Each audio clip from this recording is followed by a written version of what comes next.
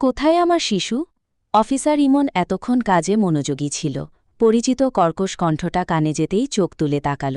ইমন উঠে দাঁড়াতেই বারিশ খুব শান্তভাবেই ইমনের সামনের চেয়ারে বসে পড়ল। ইমন নিজেও চেয়ারে বসে বারিশের দিকে সামান্য ঝুঁকে নিচু স্বরে বলল, বারিশ, এটা পুলিশ স্টেশন, দয়া করে ভদ্রতা বজায় রাখ। Shut up! শিশু কোথায় আমার? এদিক ওদিক চোখ বোলাল বারিশ। রোদ চশমাটা একটানে খুলে শার্টের কলারের ফাঁকে আটকে দিয়ে ডাকল, কোথায় তুমি খুকি? সামনে আসো। থানার সমস্ত কনস্টেবল আর ডিউটি অফিসাররা কাজ থামিয়ে হাঁ করে তাকিয়ে আছে প্রফেসর ফাইজান বারিশের দিকে। ওদিকে ঝিলমিল মহিলা পুলিশের ইউনিফর্মটা দুই হাতে খামচে ধরে অদৃশ্য হতে চাইছে।